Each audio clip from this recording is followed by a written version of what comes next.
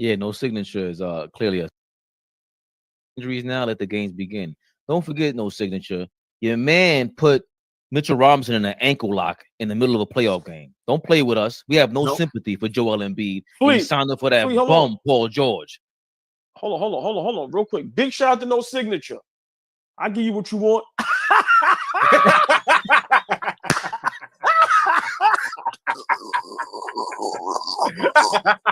Nigga is crazy. I hope the whole Philadelphia get hurt, nigga. Get out of here. Next is Meek Mill. Sprain your ankle, Meek Mill. I hope somebody get support. I hope somebody get poisoned from Beanie Siegel's food truck. Get the whole Philly out of here. Get out of here. Only person that I hope never get injured is Wallow. Everybody else, get the whole Philly out of here and get injured. I hope the whole Philly tear their Achilles, nigga. Shit, that was get good. Out of here. That was good, OG. That was good. So big shout out to no signature. That was good. Oh, you big dirt bag of evil. That's what your man. Holy shit. That was good. Oh, shit. They don't like comentario. Y suscribe.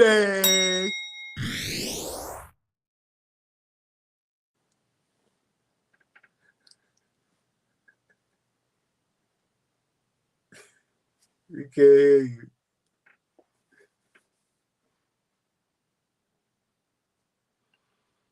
Oh man, that was good, man. How about now? We can't hear you, my brother. We can't hear you. What the hell is going on?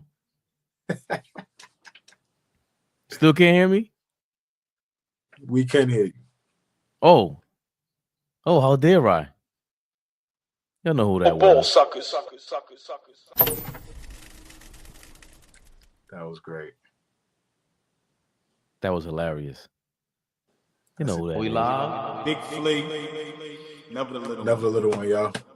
Appreciate everybody. Listen, man. Gotta stop playing with us. Let me see. You know what's funny? Let me fix this real quick, because I think this thing ain't showing because I was trying something. You live on Patreon, apparently. What you was trying? What? On Patreon? We got a Patreon now? We got a Patreon. We got a Patreon. AllBall TV's on Patreon, man. Talk to you about that later. Can't talk to me about nothing. Supposed to say thank you. Thank you. You're welcome. That was wrong with this guy. Let me see. They jumping in. Yeah, like I said. Talk to you later. My studio. How come this thing is messing up, man? I'm gonna push through it. Let me see. They jumping in. All right, now they're getting it. I think the when you go live on Patreon, you gotta hit it. It was called unlisted. So everybody might not have gotten it. The alert, but now they got the alert. Okay. That's impossible though, because Matthew Carter was in the building. Matthew Carter was here. Big baby. Bubba. He's always here. Big baby. Family. You on Twitch? Daniel Berry is here. Family is here. Yeah, because I just hit the public button. Yeah, so that Patreon thing is kind of suspect. Patreon, don't play with my money. Yo. Big baby sports, man. You be wow. Doing his thing and forever supporting. I'm loving it. Tired of watching the regular season. Can't wait for the offs. Definitely feel you, CJ. Definitely feel you, man. Sadu Berry. Sadu be in the comments a lot. We don't show Sadu enough love. Sadu be in the comments. We appreciate him. Top Black. You don't show enough love. I show everybody love. I'm just saying. Yo, big shout out to Sadu, man. Big shout out to Top Black, man. See, your glasses ain't even fogged up. Nice and, you know what I'm saying? Yo. Fabian, how you let Flea outside rocking cross colors in public? Wait, oh, that's fish. I didn't even read who it was from at first. Lorenzo in the Benzo, what up, baby? Renzo, what up? Fish, no, I was at the spot with the people, golfing, Houston Open. Okay. I was mingling. I was moving around, Fish. I'm gonna call you later. We're gonna talk about it. I'm telling you. I was, what's that word they use? I was schmoozing. Ooh. I haven't heard schmoozing in years. It was cool though. It was cool. Darlene B, what up, baby? We can't do it like OG. You know how OG, OG is one of a kind. We can't do it like OG. He is. We gotta play that clip again. You gotta play that clip again, man. For the people? For the people, man. Just so y'all know how insane we are. Dial it up, Ray. There's 50 people in the house tonight. Dial it up, man. We gonna take it back to the Wayback Machine. Nah. This got to be like last year. This is like Yo, Fish is crazy. I say it says 5 months ago. King's Speech. October 16th. AllBall tried to warn you. Take it back to the Wayback Machine. In the middle of a playoff game. Don't play with us. We have no sympathy for Joel Embiid. We signed up for that bum, Paul George. Hold on, real quick. Big shout out to No Signature. I'll give you what you want.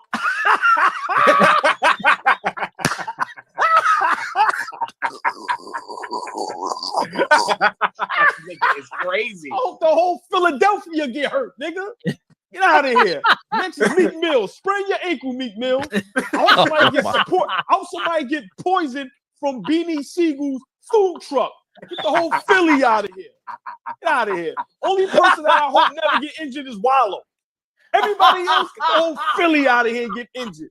I hope the whole Philly tear their Achilles, nigga. Shit, that was get good. Out of here. That was good, OG. That was good. So big shout out to No Signature. That was good. Oh, you big hurt bag of evil. That was your man. Good. Holy shit. That was good. Oh. That was good. That was good. We have no sympathy. That was good. Come on. King's Speech said I was there on that night. Yeah, King's Speech was there that night. Get out of here. Is that one? Well, is that one I've seen from Welcome Back, Carter? The whole Philly. Get him out of here. The AllBall curse is real. It's in full effect for them Philly boys over there. Y'all know what this is. Knicks Rehab. Knicks Rehab, y'all. Come on, man. Stop playing with us. We ain't playing with y'all. 105-91 victory over the bump 76ers. Quentin Grimes had 26 points. He's returned playing his old team. One of 3 or 4 76ers in double figures. It brought it close in the third quarter, but in the first it was looking I don't know who the hell was out there for them. That was just crazy. What Philly is doing to sports, they should be fined. They should be banned from the whole team should be suspended. It's terrible what they did this year. Aside from Phoenix, they are the most disappointing team in the NBA this year.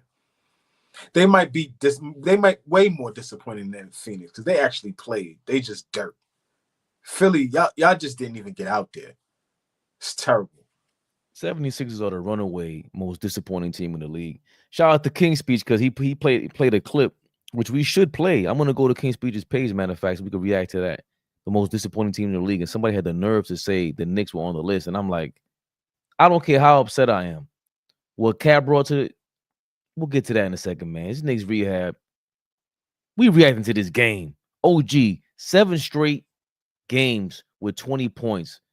Best stretch of his career, especially offensively. 27 points tonight, 5 rebounds, 2 steals, 6 turnovers. Got to watch that. 20 points for Landry Shamet off the bench. He changed the game for us. It was a team effort out here. 14 points for Mikal Bridges. Not a great game, but he contributed 14 and 14, big double from the Loch Ness Monster, as they call him. The Block Ness Monster, excuse me. 2 blocks, 1 steal for Mitchell Robinson. That steal on a breakaway layup. Yammed it. Hit him with the Euro. 7 points for Tyler Kolek. He had 7 assists, 4 turnovers, 5 fouls. That block, which I thought he ripped the dude. They counted it as a block, by the way. He had back-to-back rips, and they called the second one a foul. It wasn't a foul. Tyler Kolek, get to him in a second. Flea, what's your reaction to this game, man? I know it's Philly. We know that they're the most disappointing team in the league by far, but did we get anything out of this?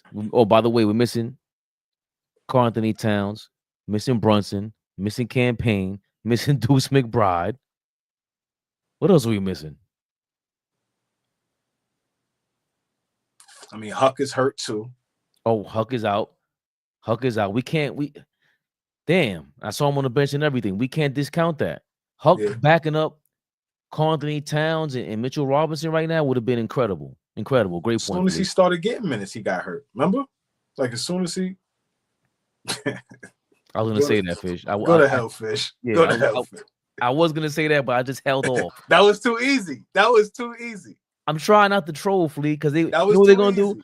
They expect OG's not here. OG's not here to eat that up. That was too easy.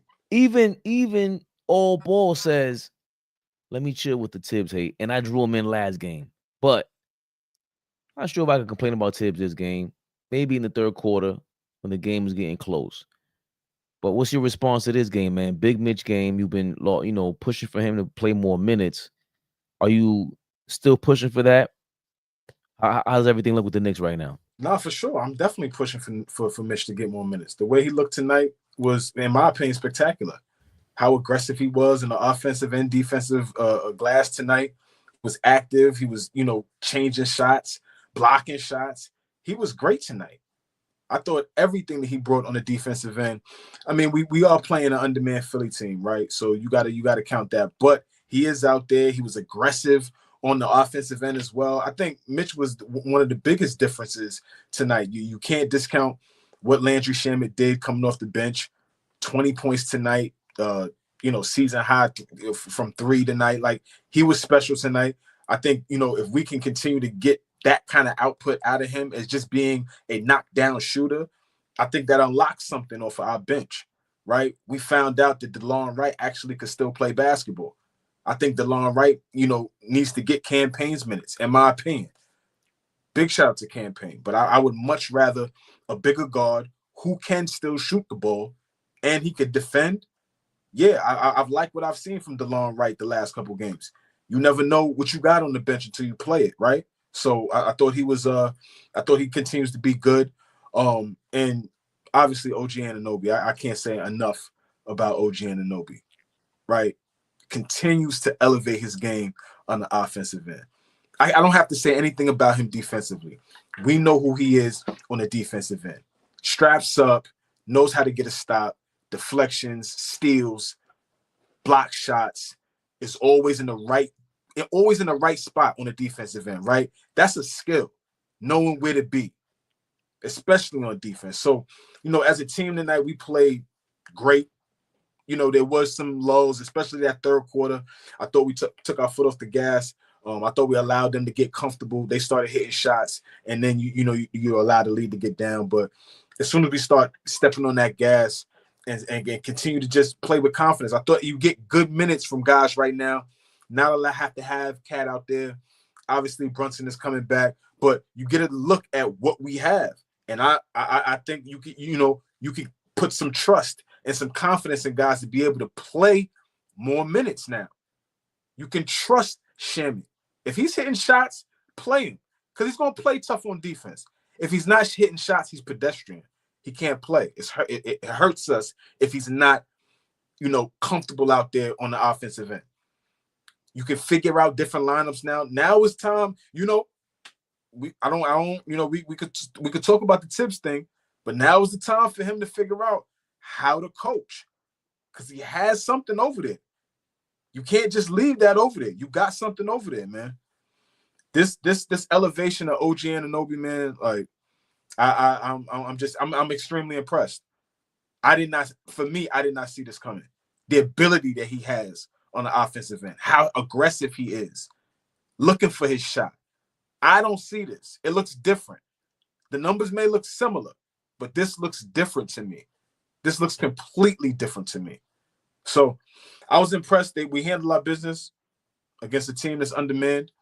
You know what I love? I need to see this team at least match what we did last season, which is get 50 wins, 48 now. And, tomorrow night is I don't want to, skip steps. I know we're talking about tonight, but tomorrow night is definitely the test. We got to come to play tomorrow night. Yeah, great point. That's the reason why Cat didn't play today, definitely. For sure. Let's see if how ready Deuce is. They should take their time for this home stretch. I think Detroit and the Bucks, they're gonna play the last 2 games of the season against each other, and the winner of those 2 games possibly is going to be in the 6th seed. Oh, excuse me, the loser will be in the 6th seed, and we get to play them in the first round.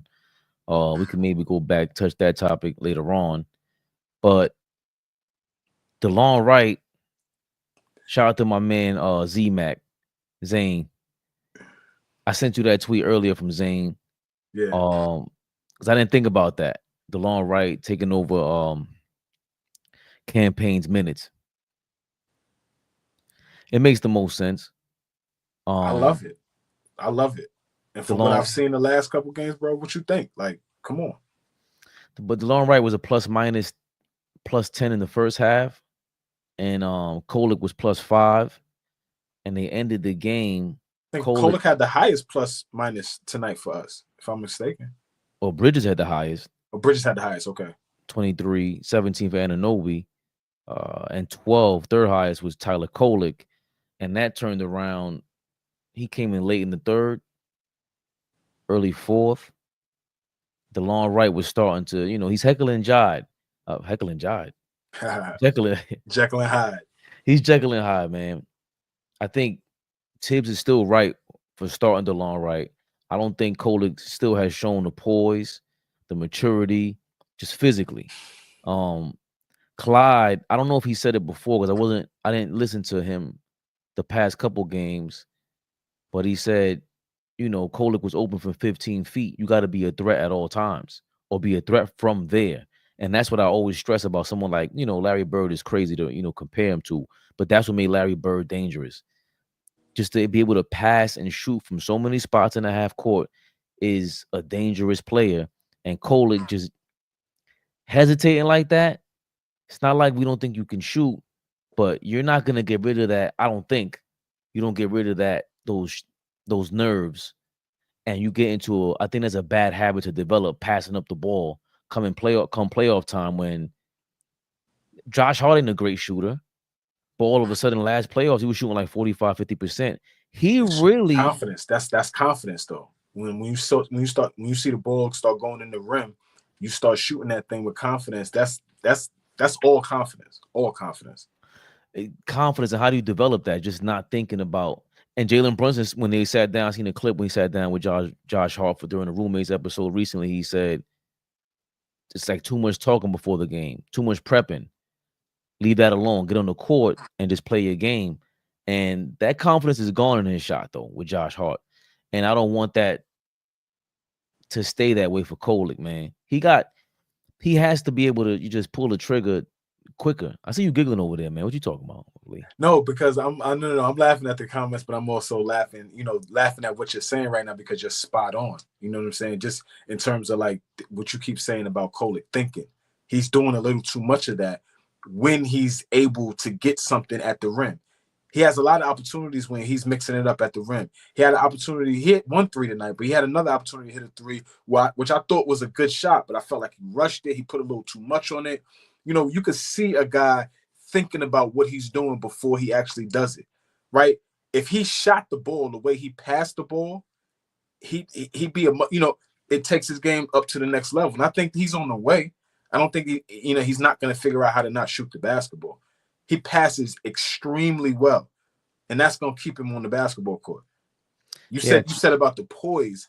I do see him poised. I mean, he had 4 turnovers tonight.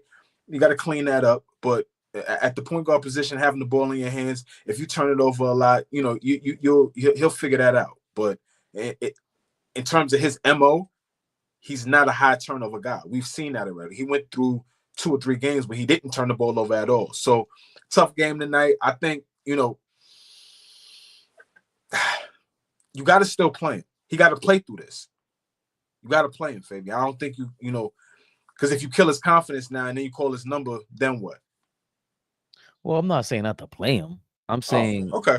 Yeah, you can't, especially right now. You cannot not play him right now. Who are they going to play? And it is Tibbs. That's why it was referred to last year, and we have depth, and you want to give Tibbs as many players as possible to play. And now we're seeing there's a lot of people that he could play. These guys can spend time on the bench in the playoffs, games that matter. They have guys that can fill in. Kolick, to your point, needs to have as many reps as possible, in order to be ready for that moment in the playoffs, because we don't expect him to get minutes in the playoffs. That we don't expect. Should he, based on that level of passing skill, especially against a team like I doubt he gets any minutes in the playoffs. I doubt it as well, but a team like the Bucks, he should be able to get minutes, because I don't see them holding off on us. I don't see them. I see that being easy work. In the second round, we don't expect that at all, because anybody in the second round is gonna be like, "Oh no, I don't know about that." But HP Carlos here from Portugal, man. You really got to show him love, man. I gotta learn how to say what's up in Portuguese, like cool, because in Spanish, Dominicans we say que lo que, but the Portuguese, y'all gotta tell me how to say some fly shit in Portuguese. Nah, he over there in Portugal, man. We gotta show him some love, man. Yeah, man. What's popping in Portugal, man? What y'all doing over there? How you shoot your shots in Portugal? Yo, RP, leave me alone. I've been trying to not listen to. Leave me alone, RP.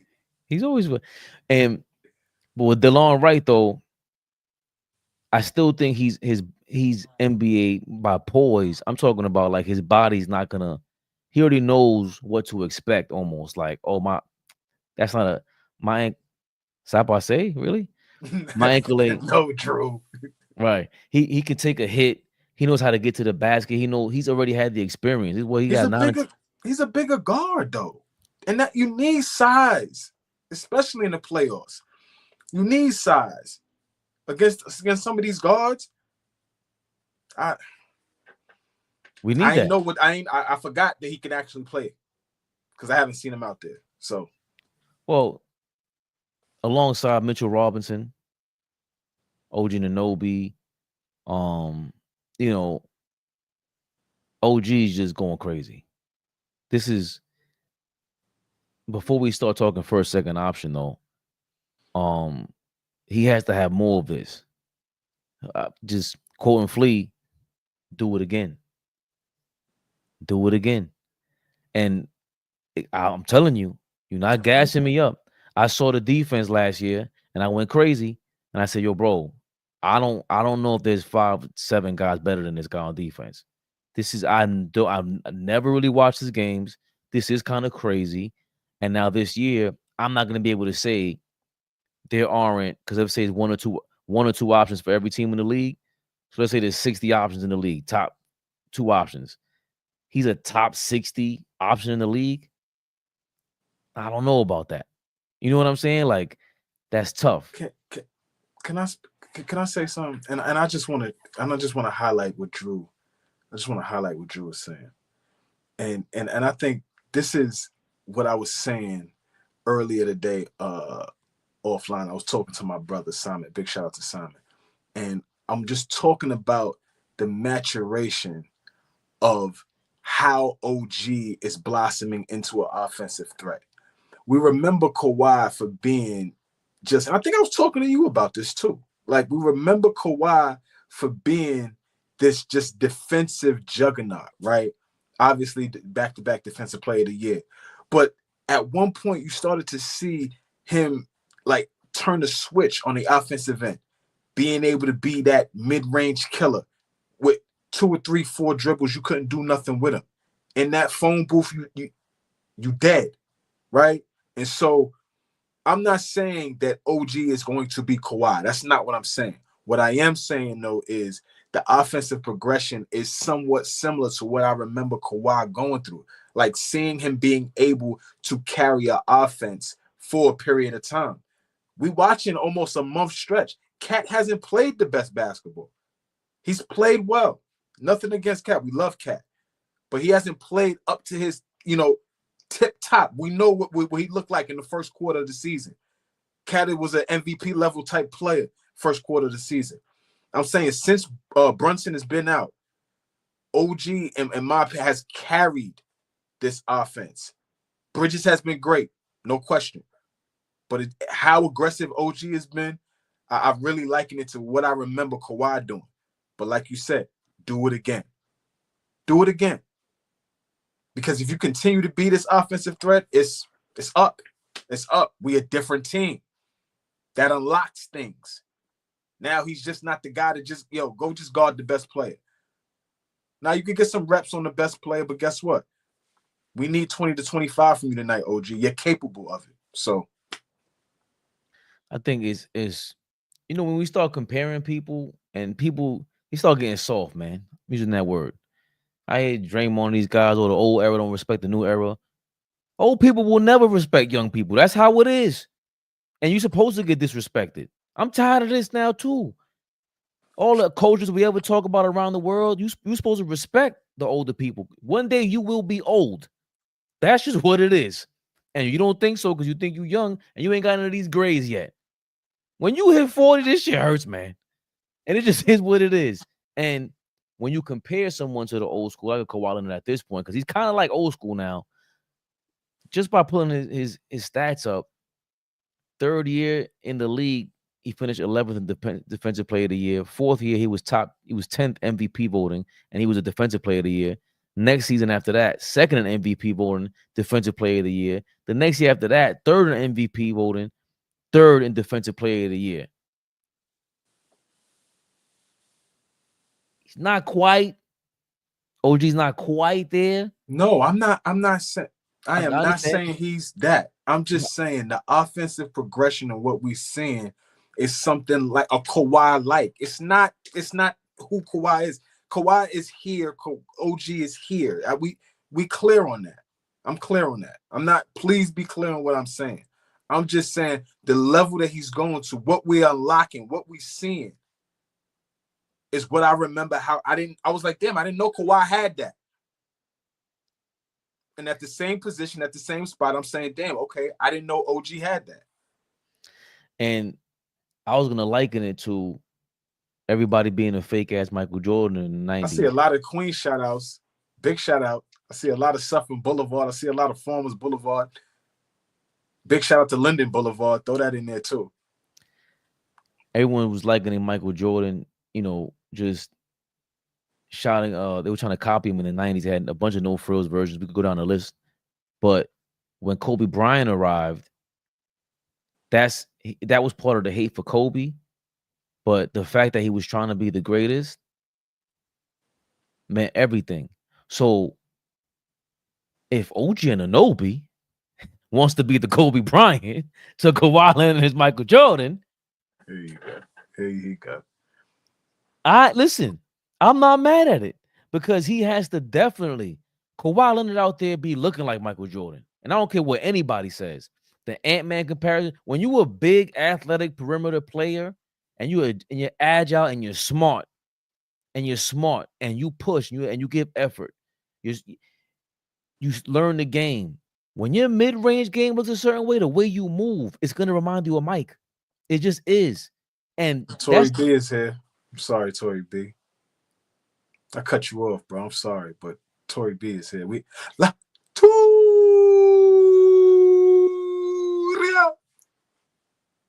Straight bachata vibes. My fault. I'm sorry. Gotta shout out the ladies. And that's what they're gonna remind you of. So if OG, he's gonna have to watch some Kobe, Kawhi tape for that mid-range game because he's, like you said earlier, King Speech, he has an awkward style to his dribble. But with all his flaws, the fact that he got these 7 straight 20-point games is just in time. It's just what the doctor ordered, right? And that's exactly what I'm saying, bro. The fact that we could rely on him to be able to do this, I love it. Because now what do? We go into the playoffs, try to be as healthy as possible. Guys are jerks, man. I love them all. They going crazy, the comments tonight. I love them all. But yeah, if we can go into the playoffs knowing that we have a healthy Mitchell Robinson, knowing that we got a guy like Landry Shamet that can hit shots off the bench, Deuce McBride come in the game, play tough defense, be able to hit shots. Precious come in, rebound the basketball. Precious was on that glass second half. I love the effort on the glass. We got to clean up some things on the offensive end with Precious. And I think that'll come with time because he has to polish some of that stuff on the offensive end. But on the defensive glass, he was great when he was in the game. And so I didn't even say anything about our starters. I'm just talking about the bench depth that we're gonna need in a dogfight series and whoever we playing going up against. You know, you keep saying this Milwaukee thing is gonna be a cakewalk. Milwaukee got an MVP level player on their team, and we're gonna have to bring it against them. We play Detroit, we're gonna have to bring it against whoever we play in the first round of the playoffs. But you got to take the playoffs seriously regardless, man. I understand that. But you talk as though Milwaukee ain't shit. They're not. Where have y'all been the last 2 seasons? I've been betting against them for 2 years. They've been getting smoked by everybody. Did they beat Phoenix tonight? Let me check before I start yapping. They beat them by 10. They lucky. Jesus Christ. You just know when a team doesn't have it. They can't turn up to the next level. They don't have it. Giannis, see, I think the great players, they have a certain electricity or they have a certain thing about them where they can elevate the team and everybody just follows suit. The other teammates, they can't follow suit. They're incapable, including Dame Lillard. They don't mesh well. Dame would be better off somewhere else. Oh, he needs more teammates to make his game easier, and he needs other teammates to make up for his bullshit defense. They are arrogant. I mean, I read arrogant because of you, King Speech. Thanks for messing me up. They are horrible defensively. Dame Lillard is horrible defensively. He's not giving, like, this guy, all balls going crazy about Kevin Durant ruining his legacy. What did Dame Lillard do to improve his legacy? You got traded next to an MVP. How did you improve your legacy next to an MVP? I'm not about to get into that argument. I'm just saying, it's not. We don't even need to. We could. I want the smoke from all ball talk on that. We could when OG gets here, we could table that and have that conversation at a later date. But my point is with that, if Dame isn't able to lift the Bucks up like the way he was supposed to, he's Dame time. What happened to Dame time? What happened to Dame time? It ain't been in Milwaukee. That clock been broken over there. So what am I supposed to be scared of with the Bucks? They don't play defense, just like you say about us. And just to put the nail in the coffin with that, another reason to be more fearful of Detroit. Detroit is 21-16 at home. They're 21-16 on the road. Milwaukee's 23-13 at home. They're 16-20 on the road. The Pacers are 18-20 on the road. That's a major reason why, let's win these games at home. That way we still win on the road because it looks like it should be easier, and they don't play defense. It's easy to take your heart when you ain't got it together. I just think these things, going to your point with Achua can get a good game. That's why I think Tyler Kohler could get in the game like that, whether it's a blowout or whatever it is. You're going to have time to play. I think. Oh, man. The Knicks are not a good enough team to think we're going to walk into a series and be overconfident, is what I'm saying. We're just going to have to play. We're going to have to play hard, whoever we play. That's my point. That's all I'm saying. You can discount Milwaukee all you want. That's fine. I know what I'm looking at. I know that there's a championship level player on that team who has carried a team through the playoffs at one point in his career, very recent. I'm not saying Milwaukee's going to beat us. I'm just saying I like what I see from the Knicks right now in terms of what's happening with our bench. And we have to add that to once our guys get healthy and go into the playoffs and play at a high level. We can't half step is all I'm saying. We're not good enough to do that yet. Do the Bucks even have a step? Like I'm just, All right, we gonna sweep the Bucks. But hold on, we gonna sweep the Bucks? That's more likely than sweeping the Pistons. That's more likely than sweeping the Pacers. You know what I'm saying? Like that's all I'm saying. I think is we got more of a chance of the Bucks not winning a game against us and making it look bad against them, and Giannis taking his jersey off like LeBron in Cleveland that first stint. That's what it's setting up for. I don't know about all that, bro. They look bad. They got the right coach for it. You couldn't wait. Look, with Tibbs, we know he prepares you at the very least, and if he got his guys, this thing is. I will always say that. The thing that you point, going back to what you said right now, we talked about DeLon Wright, we talked about Tyler Kolek. Now let's focus on Mitchell Robinson. Are you kidding me? Even though first quarter started off slow, he was rebounding, got an offensive rebound, yammed it. Soon as he sat down, what did I text you? Yo, soon as Mitch sits down, we give up 7 straight points. 7 straight points. Second quarter, he comes back in, and we wipe that. Now we create a deficit. We went by 12 or 10 points going into the half. In the third quarter, they kind of gave it away, and Mitch was on the court. I was getting ready to ask you, is Mitchell Robinson top 3 defender in Knicks history? I mean, he's up there, man. He's up there. The same type of defensive prowess that Mitchell Robinson is, right? And this is my childhood, right? I remember this heavy. Everything that he does and is Marcus Camby all the way for me. And Marcus Camby at the peak of his defensive powers was a defensive player of the year, right? Never really skilled on the offensive end. At some point tried to figure out how to hit a 15 to 18 footer, but that shit was ugly. Yo, but Marcus, that hold on. I forgot about that's one of the worst looking jump shots in history. But I think everything that Marcus Camby was, I think Mitch should be aspiring to be, for sure. I didn't think about Marcus Camby, and I was getting ready to dismiss that. I mean, Patrick was great defensively, but I mean that's why I asked you who was the answer to that question today. Clyde Frazier made 7 straight All-NBA, all defensive awards, all defensive of the year, players of the year, and Dave DeBusschere was the only one who had more, or he had more, 7. Also, Clyde had 6. Mm-hmm.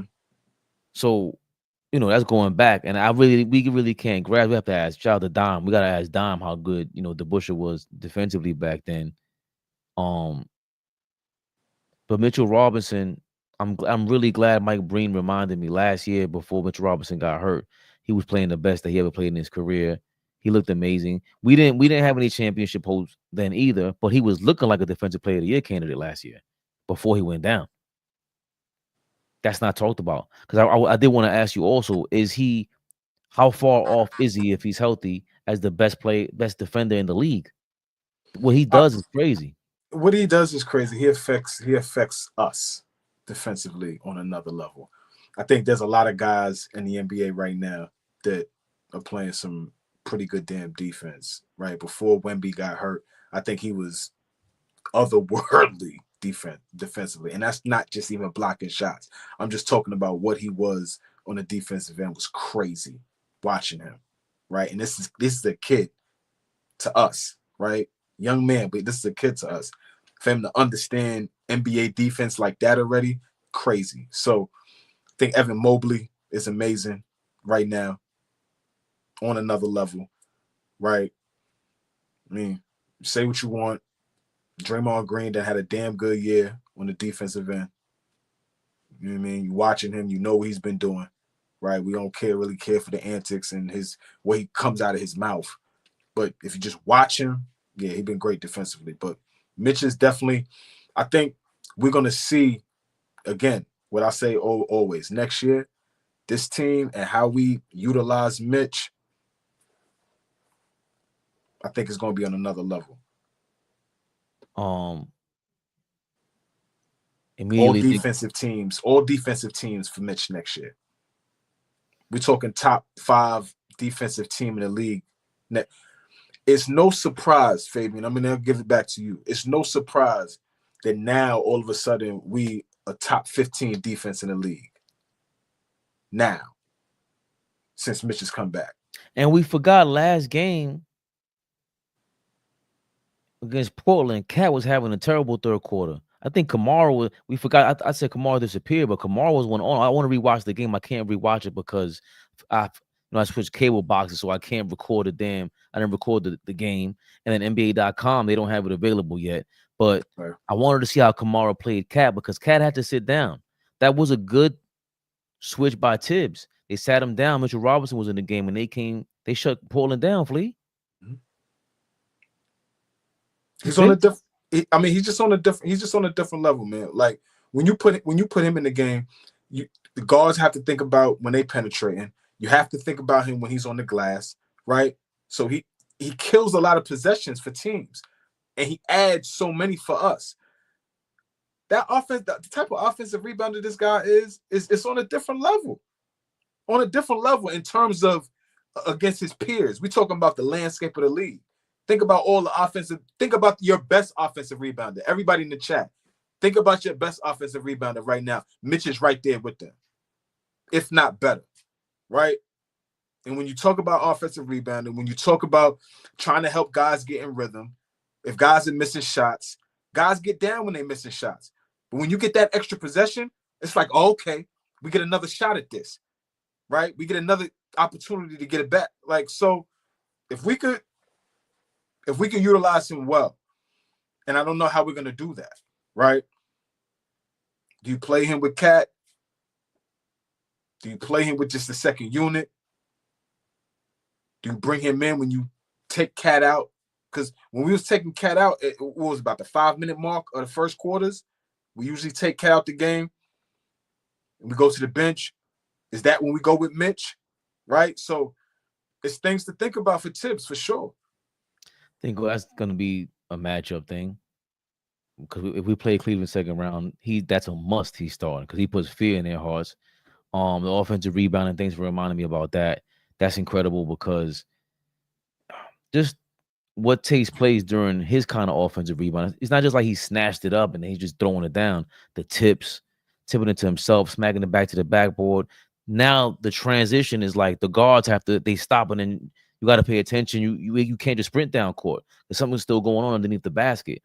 That's again the Tibbs football style, mentality where we're gonna slow this game all the way down as much as possible, and every possession is gonna count even more.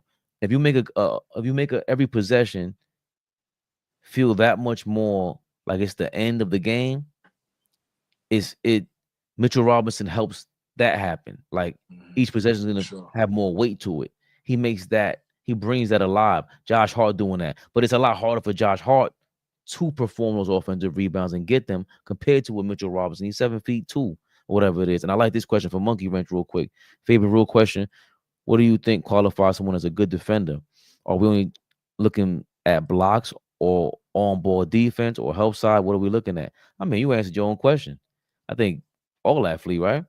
Big shout out to Monkey Wrench. We love you, man. Appreciate you always tapping in with us. I think it's everything, right?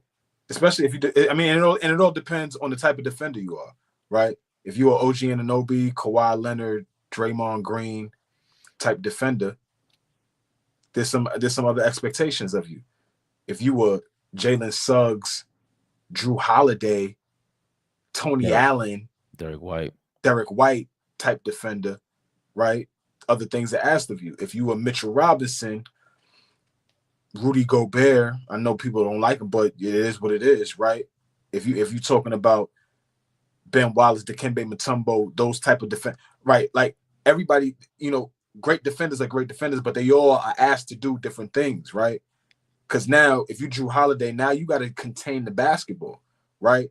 Now you got to be the quarterback of what's going on as a defender. It's all about effort too, because at the end of the day, you got to give maximum effort. You're getting over screens. Your head got to be on a swivel.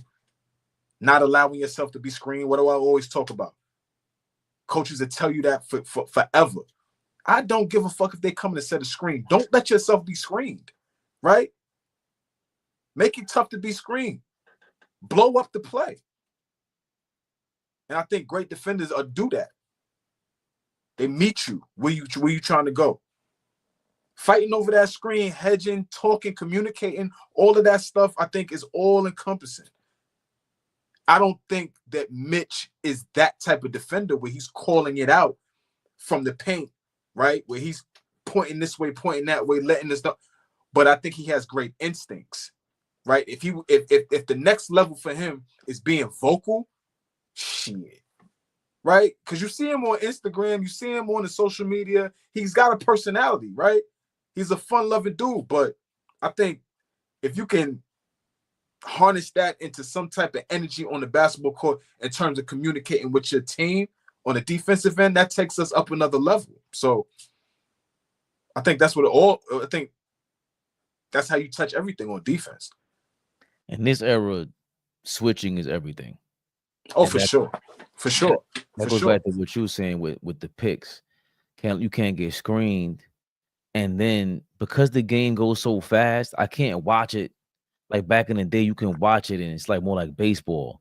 I can kind of absorb the game way more, take notes, rewind the game and it slow down. I'll go get something to eat, come back there. But because it does go that fast, the first thing I look at is the offense. Like in any sport, how are they reacting to the defenders? Are they calling for a switch immediately? Are they going away from them? Let him go into the corner. All that stuff you got to look at. And with Mitchell Robinson, it's tough to do that because he's 7 feet and he's not like Cat. He's going to be in the paint. He's going to step up to the top of the key and try to guard your guards. He's kind of crazy with that. He's not scared to get embarrassed. That might be the number one thing for anybody on defense and what Tyler Kolek is going through with shooting. And that's life. That's life. If you a dude, I got to teach my son when he's 16, 17. Hey, listen, man, you can't be scared to get rejected. You can't be scared to get embarrassed out here. It's going to take yourself too serious, right? Because that's how you start building confidence, right? Because now it's like it ain't nothing, right? We're going to fail, but some of these shots are going to fall, right? And when they start falling, my energy is going to be different. I'm going to be smiling, shoulders is shrugging, right? Now we're in a different rhythm, right? So you spot on. You spot on. Do you feel like there should be 2 defensive player of the years? I believe Draymond said it before Wemby went out. He was the unanimous defensive player of the year this year, just based on his blocking ability. But Wingstop is different from that. No, I don't think so. I think they should. I think we as basketball fans should always focus on, hey, look, Kawhi Leonard finished 3rd in defensive player of the year, his 3rd year in the league. That's why the awards aren't everything to me. The trophy case, okay, well, don't get me wrong, it's shiny and all that, but I can research and see, wait, top 5 finishes. Tim Duncan had how many top 5 finishes in defensive play? Tim Duncan never won defensive player of the year. You ain't telling me he ain't top 5 defender each year in the league, and you taking Ben Wallace over him? Okay, good luck. My man scoring 25 and 15 and getting quadruple doubles in the finals. Like, he's bringing that with you. So, no, I don't want no. Get a co-defensive player of the year if you can't make up your mind. But that's tough luck. You're not 7 feet, bro. You 6'5", 6'6". You got to have an extraordinary season for me to recognize you as defensive player of the year. Some of the rule changes, we could be innovative, and it's cool, Flea, but some things we have to keep intact because it's been like that since the beginning. Other rules, they've certainly changed the 8-second rule, and they got rid of the hand checking officially, but some things we got to remember that this is basketball, and the bigger players, they have it easier. Don't blame me. You gotta go talk to God about that, Flea. What do you think about having that two defensive player of the years? And what you want that? Pardon. I'm not a fan of splitting the award. I think that's a coveted award. I think that's an award that's when you win that award, it puts you in high esteem, right? Because defense is not something that's looked at, especially in American basketball. That's not something that's praised anymore. We don't talk enough about guys that really lock in and play defense, how tough guys used to be on the defensive end. We don't talk about that anymore in today's game, especially here. So when you win that award, that's big stuff right there. So I don't think they should split it. I don't think there should be 2 awards. I saw RP say something, and I wanted to disagree with him. That's my guy, that's my brother. But I think Wemby is actually elite on the defensive end. I think he's, aside from just being able to block shots, I think his positioning, especially being a guy that's 6'5", a 7'5", you expect those guys not to be agile. He's extremely agile, knows how to read a defense. Like, I think he's extremely elite on the defensive end, knows how to recover well, right? And then he's wild athletic. Like, he's a freak, right? You could block a shot with your left hand, they'll recover. You could block a shot with your right hand, right? That's not regular stuff. Being able to switch out on the guard and shuffle your feet, right? Everybody keep talking this term, move your puppies. He knows how to do that. Not a lot of bigs could do that at his size, right? I'd be damned if Yao Ming jumps out there and think he could guard me. I want smoke. Yao Ming, give me the rock. Fuck, he's talking about. But Wemby's different, is all I'm saying. He's on a different level. Look, he already with if he was 6'3", he would get cooked. His height is why he can recover. Duh. I mean, what? We gonna kill him because we gonna kill him. What Fabian just said? Talk to God. The fuck? Like, I don't know. Certain things, that's his. And if he didn't do all that, you'd be calling him all kind of crazy-ish. You 7'4", you bum. Like, you know what I'm saying? Like, if he didn't, and it's not just the blocks, it's not just standing in front of his man. He plays the passing lanes crazy. Avery, I'm cooking Yao, man. Want no small. I can't believe that nigga's in the Hall of Fame. Legend Z, what up? You in the building? Legend Z, what up? He might want us to react to one of them videos. We might have to do it because, you know, he be in here familyed up, man. Yeah, man, that's our guy. Yo, post something up. Man. He just had the joint. He just had the joint from the other night for Detroit. We might have to. Yeah, we gotta watch that. The former Nick Dante DiVincenzo bugging out. Being tall is not a fundamental. Okay, but he's close to fundamental. I'm not saying that he is fundamental. Like, that's the part that I ain't gonna argue. I don't think he's fun. Like, he's still, you could jump, you could pump fake him. Everybody's not gonna go. They didn't go to Georgetown with John Thompson and get fundamentally tutored about basketball. He's a 19-year-old kid. That kid is 20 years old. He doesn't have the tutelage. So without the tutelage, without whatever you talking about, RP, would he still have been in the running for Defensive Player of the Year? Hell yeah. You can't. What he does, how he changes the game, you can see when the Spurs bench him versus when they're playing him. They are 2 different teams damn near. Wemby's insane. That is insane. Ralph Sampson was insane. These guys are insane, Flea. What you laughing about, man? Cause what we're watching right now with Wemby on the defensive end is insane. It's insane. And for him to go down like that, it sucked because I thought we were seeing something historic from a young guy. We're not talking about an experienced player right now. We're talking about a young guy. San Antonio was in the running to be in the playoffs. As soon as he got hurt, bottomed out. That's, but anyway, we're getting off track right now. We was talking about Mitch being on that level, right? Aspiring to be on a Wemby type level, and not who Wemby is, but I'm just talking about the effect he has on the defensive end. We need Mitch to be that every night in the playoffs. Mitch was able to affect the playoffs last year on 1.5 legs. So if he's healthy right now, scary. And that's why we got no sympathy for Philly fans. Embiid, none of you dudes at all. You sign up for this. You sign that bum ass Paul George. Is he first ballot Hall of Fame, by the way, please? Is he first ballot? Oh man, I mean, the Hall of Fame, they just let anybody in it these days, man. In Flea's Hall of Fame. But would he get Flea's vote for Hall of Fame first ballot? Like, respectfully, it's nasty too. And I went to school in Springfield, right? I went to school walking distance from the Hall of Fame. I used to work in there. I used to work in the Hall of Fame, keep it a buck with y'all. Like, so they just let anybody in there. But let me be respectful. I'm sorry. I thought you were saying the motherfucker. Listen, Paul George is gonna get in. Like, he's gonna get in. Just off a resume alone, I guess. You know, like, I'm gonna be real. T-Mac is in there, Vince Carter's in there, Paul George gotta get in there. It's nasty. I just don't like. And Vince, what was his name? He dogged it this year, man. He dogged it. I don't like. Here's what I don't like. I don't like that you was able to have a career year, not a career year, but you probably had your best year with the Clippers last season.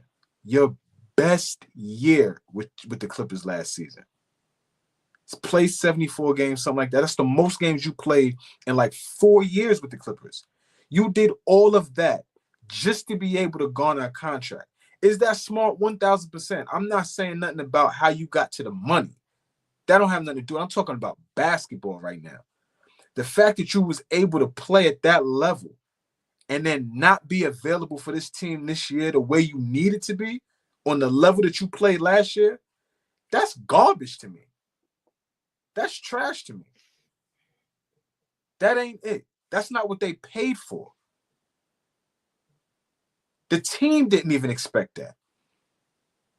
They had to get Maxey to dog it now because you had to dog it.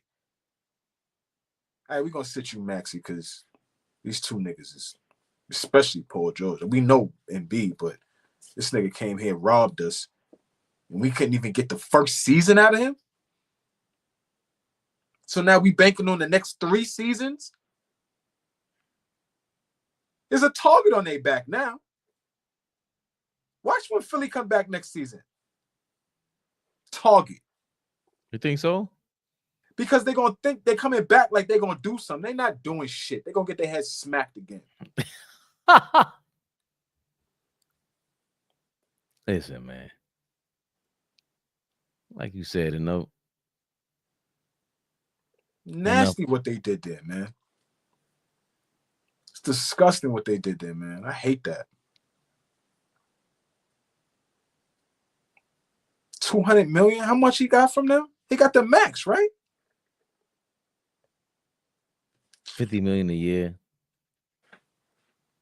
How many times they saw him this year? 25? How many games he played this year, y'all? Yeah. 30 games? He's the leader. He's one of the leaders of that. Just, you have a podcast. He's kind of everything that's wrong with NBA superstars. He played 41 games. I'm shocked at that. 41? That doesn't even seem real. Played half a season. Well, they got half the deal out of him. Shot 43%, averaged 16 points per game. He averaged 16 since his 3rd year in the league. 35%. He's just disgusting, man. I'm not gonna lie to you. He said podcasting is his therapy. It's like we say that too, but yo, Paul George, man, it's just dogged it, bro. You part of the reason why they changing the rules. You're a bum. You're a definition of a bum. Dogged it. And he's still gonna get in the Hall of Fame too. He's still gonna get in. Cat gets dominated by Sengun.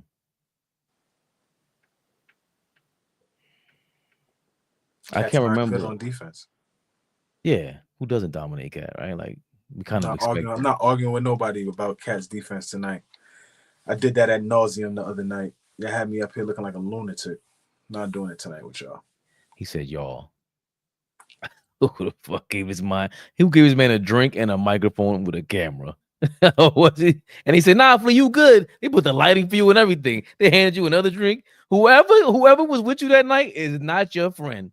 Nah, that's my people. They love me. That's my family. They They said want to see you go crazy. Go crazy. Yo, listen, man. Tibbs. We talked about Tibbs. How do we expect? Oh, what lineup do we expect now? Do you look forward to? Because for me, I was thinking about it earlier today. The OG,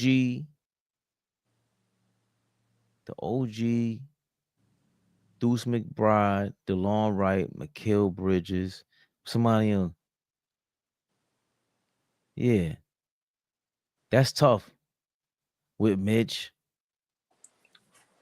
we that's go deep. We go that's deep. feisty. I think we still go. I think we still go. You know, when fully healthy, Brunson, Hart, Bridges, OG, Brunson, Hart, Bridges, OG, Cat. But I think you quickly can play Cat and Mitch together, right? I think you can find ways, you know, to have Brunson ready down the stretch of games. I don't think, you know, from what we've seen thus far, you know, you can play DeLon Wright and spell him. Obviously, you can play Deuce McBride, right? Campaign is an older player. You're going to have to play him. He's going to play some in the playoffs. It just is what it is. But for my money, I would much rather DeLon Wright play. He's just a bigger guard. He's not going to get taken advantage of, and every possession matters in the playoffs. So now when you hunting him in a pick and roll, you can't really hunt DeLon Wright because he could guard 6'3" and he could guard 6'6", right? So I would much rather him on a 6. If he gets caught in a pick and roll and has to guard a 6'6" player, I'm okay with that as opposed to campaign guarding him. Exactly. That's what I'm saying. Deuce, DeLon Wright, Mikal Bridges, OG, and Mitchell Robinson, because we've been seeing OG at the 4 all season long. The switching there might be. See, I think DeLon Wright fights over switches better than Mikal Bridges a lot of times, and just that slipping in I want to see that. I gotta see that. I mean, there's got to be a level of toughness as we go into the playoffs. Like I said, this team has not shown being tough all season. I think we've had a good season, right? I don't think we can complain too much, right? There's things that we got to work on. We obviously been talking about that all season long. But in terms of the playoffs, we got to go into the playoffs with a level of toughness. Nobody's afraid of us is what I'm saying. I guess that's what I'm really saying. Okay, Milwaukee might not be good. Fine. Okay, Detroit is a young team. We could get them out of there. Fine. But do you think one of those two teams is afraid of us? I don't think so. I think Milwaukee is. I don't think so. I don't think one bit. I don't think so one bit. I think. And I think that's what I'm saying. We got to start imposing a level of fear into these teams by playing tough. Not this. I'm not asking about knocking fools out and doing all that. I'm just talking about playing physical, playing through the contact. Not saying you could. It was 30 seconds before Josh Hart was complaining to the ref tonight. It wasn't 30 seconds. The first play of the game. He can't stop. Yeah. And that's what I'm saying. Playing with a level of toughness is not allowing that noise to get in your ear. That's what we got to play with in the playoffs. But it's also the fact that you don't want to let that lineup down because they're hounding. There's so many times where Josh Hart and Brunson will miss on a switch. These guys are gonna fight over screens and they don't mind staying on their man. Like Deuce, DeLon Wright, hopefully it's we talked about this earlier in the season, contagious. Mm-hmm. It's a lot easier to be contagious when it's OG and Mitchell Robinson and you got 3 hounds up front. That's different because they're all gonna bother you. And that's what I meant early in the summertime when I said, yo, if this is a Tibbs team, you're not making it easier for the OG to do his thing because you don't want to overcompensate on OG, his defense. You don't want to overcompensate on anybody's talent. But even with Josh Hart, we're relying on him way too much. He should be someone that's an energy guy that comes in there and bothers the ish out of every other team because he's just so annoying. Like, oh my God, I gotta box out my man, and this guy's gonna come fly over my shoulder. And that's how you want OG's defense to be. because you just can't make any mistakes. And those guys, the long right, I think he was guard. He switched to Anthony Simons last game and kind of shut him down. So if you have a guy like that, no, we're not saying he's all defense, but we know what effort means. We didn't expect certain guys last year to show up and just D up out of nowhere, especially alongside Brunson. Like, we don't have the guard that, Mikal Bridges isn't that on a night-to-night basis. But if you try the long right for a second, we haven't seen the long right next to Brunson yet. I mean, right? I don't know if we'll ever see that, right? I don't know if he's interested in doing that, because then that puts the long right in a position where we may need him to be able to score the basketball, and he can, right? He can hit an open three, right? He mixes it up and gets to the rim, but I wouldn't want to rely on that as we try to spell Bridges or try to get the ball out of Brunson's hand. I think just seeing what we have, right? Even if the long right don't play in the playoffs, because that very well could happen too, where he just doesn't play. This is just a spot for him to get spot minutes, right? But the same effect that like Alec Burks has on a game, why can't the long right? And Alec Burks is one of Tibbs' guys. He loves Alec Burks. He brought Alec Burks back twice, right? So the same effect that he has on the game, just being an older, savvy player. That's all. Not relying on him. I'm just saying it was nice to see that you could start him and you're not going to miss much, right? He's not going to do too much. He's not going to turn it over. He's going to play defense. He's going to knock down an open shot. He's not going to get in the way of OG continuing to ascend, Mikal Bridges continuing to ascend. When Cat is out there, Cat doing his thing, 25 and 10, 12 a night, right? He wasn't getting in the way is all I'm saying. And you have another option over there if injuries happen, if you need to go there. We watched what happened last year. Injuries just happened throughout the entire season. If it happens, all I'm saying is our bench, and I got to give a shout out to my OG. Got to give a shout out to my OG, AllBall. He's been saying it for a while. Our bench is not as bad as we've been saying. And as the season has gone on, we've started to see it. But we thought that going into the season, we thought we wanted to see more Kolek and more Huck Purdy, especially Huck Purdy, because it was like, all right, the big man should be easier to transition into the NBA game. But it's tough because even if they do play and then they struggle, Tibbs is going to sit them down. Any coach would while they're figuring it out. Who's the rest of the guys? So we got to see the rest of the guys who have been in the NBA for so long with their experience. It's going to be a struggle with that team, defensively with the Bucks. That's where the Bucks will probably kill us if they come in there, because that's where we start lulling at. We've been talking about the starting five forever. They broke records and the Larry Bird, Celtics, and this, that, and the third. But the Bucks is playing with house money too, bro. They ain't got nothing to play for. They going into the play. You gonna spend a whole night trying to convince me about that the Bucks? I should be worried about them Bucks. No, I should get about the Bucks. I hate them dudes, please. I don't want you to eat your words. I don't want to come back here and we in game 7 of a first round series and now you sitting here like with the shit face. When have I been wrong? I've known you now for going on 3 years. You have been wrong on many, many occasions, my brother. Name 3. Not for the people. Not tonight. You can't. Donovan Mitchell. Oh, you were wrong about Julius Randle. About what? Dead wrong about Julius Randle. With what? Keeping him? Just being a good player. You had to start to like Julius Randle. I told you about Julius Randle for the longest. You was like, he's him and Han about Julius. We had that January. He got hurt. You was like, damn, I miss Julius, bro. And I'm snitching now because you said that offline. I'm snitching now. You asked me. No, man, name 3 times. The one time, but I've said the Julius Randle thing. I've always spoke. I've never been shy about that. I never liked Julius Randle. There was an article. This is how I know what I'm talking about. Fred Katz was in The Athletic, and he wrote about Julius Randle shooting 8 3-pointers a game. How the Knicks wanted him to shoot that 2-3 summers ago. Then last summer is when he had another article when he said, "Yo, I've been watching myself on film. I've been shooting too many 3-pointers." I'm like, okay, Fred Katz, same dude, Fred Katz. I'm like, Fred Katz, you just said 2 summers ago they wanted him to do that. And I was screaming, almost throwing my phone. I don't want Julius Randle shooting 3-pointers, and I hated everything about him. I hated him playing next to R.J. Barrett. Then last year, when we got a balanced team, here we go. I like this. I never seen him play like this before in my life. I like this. So I keep sending you them videos, Flea. Julius Randle goes from the top of the key, and all he has to do is take 3 dribbles into the 3-point line. Oh, it draws the defense, and it's physical. So wasn't wrong about that. You will keep going if you like. No, I have nothing else. Take us home. How about that? And you tried. Take us home. How you tried? I'm not gonna.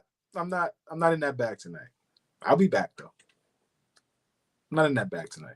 But when I come back with you were wrong about this, you were wrong about that, you were wrong about this, and that, don't be sick. I'm not gonna be sick. I can prove you wrong all the time, and I'm not gonna admit it. And you never will. Not here. Not offline either. Not privately either. Yeah, you're an asshole. Why would I do that? No. That's the problem. You guys think Fish tried to spank you just now. What did he say? Oh, did he say JJ Redick was wrong about JJ Redick and Fleet was wrong about the Lakers playoff? See, I don't run from that.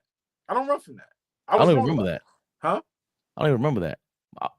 How was I wrong about JJ Redick so far? I don't run from that, Fish. I was wrong about that. JJ Redick is a bad coach? I don't think he's a bad coach at all. But you have that conversation with Fish. Let me tell you something, Fish. You know what Fish not doing? You know what he not doing? You know what Fish not doing? Keeping his eyes on the prize, baby, mama. Basketball season is heating up, and Prize Picks is the best place to get real money action while watching your favorite sports. Sign up today and get $50 instantly after you play $5. You don't even need to win and receive the $50 bonus. It's guaranteed. Download the app today and use code CLNS to get $50 instantly after you play your first $5 lineup. Download the app today and use code CLNS to get $50 instantly after you play your first $5 lineup. Prize Picks. Run your game. Baby Bubba. Come on, man. AllBall voice. Lakers are booty. I stand on that. I mean, Fabian, you failed in filling up Flea. Firing up Flea. Think about that tonight. You couldn't start a fire with gasoline. First of all, you couldn't get me off, I was on my best behavior tonight, man. I didn't have any spark today. I wasn't gonna go for that. Like today, that game was so like out of reach. I'm like, what are we gonna talk about? I haven't break down Mitchell Robinson, DeLon Wright. Okay. Y'all tried talking for a living about this bum ass game today. Are you kidding me? I'm just excited about Mitchell Robinson. We did it. Yeah. Can we hit the people that Are We Live with Flea is coming to AllBall TV starting Monday. Got my first guest tapping in with us. 7:30 Eastern, 6:30 Central. 18-year former pro Shane Gatson gonna be tapping in. So we right here, AllBall TV, Monday, April 7th. We're gonna have a good conversation. Come on, man. How you say? Light is right, camera's tight. And make sure the camera's right. Make sure the camera's tight. We live? Woo! Speaking of which, before we get out of here, June 21st, Kenny Anderson's second annual basketball showcase. Kenny Anderson's second annual basketball showcase down there in a Soccer City High School in Myrtle Beach, South Carolina. Mm-hmm. June 21st, Kenny Anderson's second annual basketball showcase down there in Myrtle Beach at Soccer City High School. Come on, man. Show some love. If you are in the Myrtle Beach area on June 21st, we're going to be there. AllBall TV is going to be there. The whole family. Yes, sir. The whole family. Don't run up on me. My girl was there, though. Don't do it. Just pull me to the side, baby. June 21st, Yes, second sir. annual Kenny Anderson Basketball Showcase at Soccer City High School in Myrtle Beach. Be there, be square, as they used to say in 1965. April 7th. Yeah, I'm gonna kill RP. April 7th. I'm gonna get him. I'm gonna get him. April 7th. I'm gonna get him. Camera's right. Camera's tight. Stop playing with him, big dog. You kidding me? We live. Big Flea. Never the little one. Yo, leave me alone, Fish. You know, Fish just mad. You see? You know why? Now I'm gonna do Fish dirt. Fish just mad because he turned down an opportunity to have a sit-down conversation with your boy. We still gonna get Fish because I love Fish. Fish know that's my OG. But you was running from me. We got you. We're gonna get you, Fish. We're gonna get you. Thank you, Sean Wilson, for noticing that. Yes, sir. Yo, mad love. I'm sorry I'm late. Yo, Davis, it's YouTube. You can just rewind it, bro. I appreciate you jumping on, Davis, though. Showing us love like that. Yo, Fish, 4th grade anything is horrible. He said 4th grade soccer, though. Yo, have you gone like, hold on, my son in 5th grade now? No. 4th grade. If you ever go watch a 4th grade soccer, girls 4th grade soccer, you'll probably lose your mind.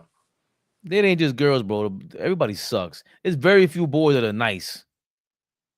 We trying to get us in trouble, Flea. Let us get the bag first before we start doing that gender war, boy. What's wrong with you? I'm not doing. No, you ain't about to get me in that.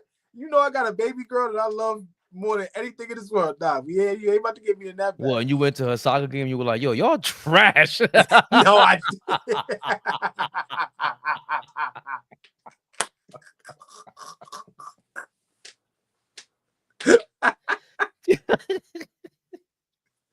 Damn right, the money wasn't right. You my fault, Fish. I came short, man. Pause.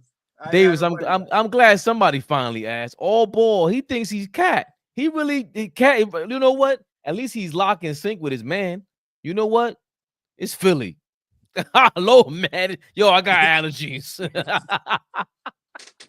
OG not feeling good tonight, y'all. He had to take a night off. We low managed, you know. That's the guy right there. You know, that's the one and only. He had to sit one out. And it's okay. He could sit this one out. Listen, man. You know tomorrow's second night of a back-to-back will be up there. Yo, April 7th. Camera's right, camera's tight. Big game tomorrow night. Big Cavs. What we gonna do, Raymond? Mitchell Robinson's playing tomorrow? Back to back. I don't know. I would love to see him out there, to be honest. His old man. It's gonna be a big test. We're talking all that nonsense. We see where your man Bridges is at tomorrow, King's Speech. Old managing is crazy. Yes, he's insane. Tomorrow after the game. They in Cleveland? Where God damn it. They in Cleveland means we're gonna have to stay up till 12. I feel like Barkley and them now, man. We hit them all night, yo. Tomorrow's a big game. We gotta come to compete tomorrow night. I don't give 7 o'clock, Flea. 7 o'clock start for y'all? Yeah. Okay, that's a 6 o'clock start for me. Okay. Love it. You know what, Cleveland? Thanks, man. Appreciate y'all, man. Come on, Tory B. Don't do that, baby. We might get a win tomorrow night. He's all right, Tory. He ain't got no vodka. He ain't got no spitzer. Yo. Cool.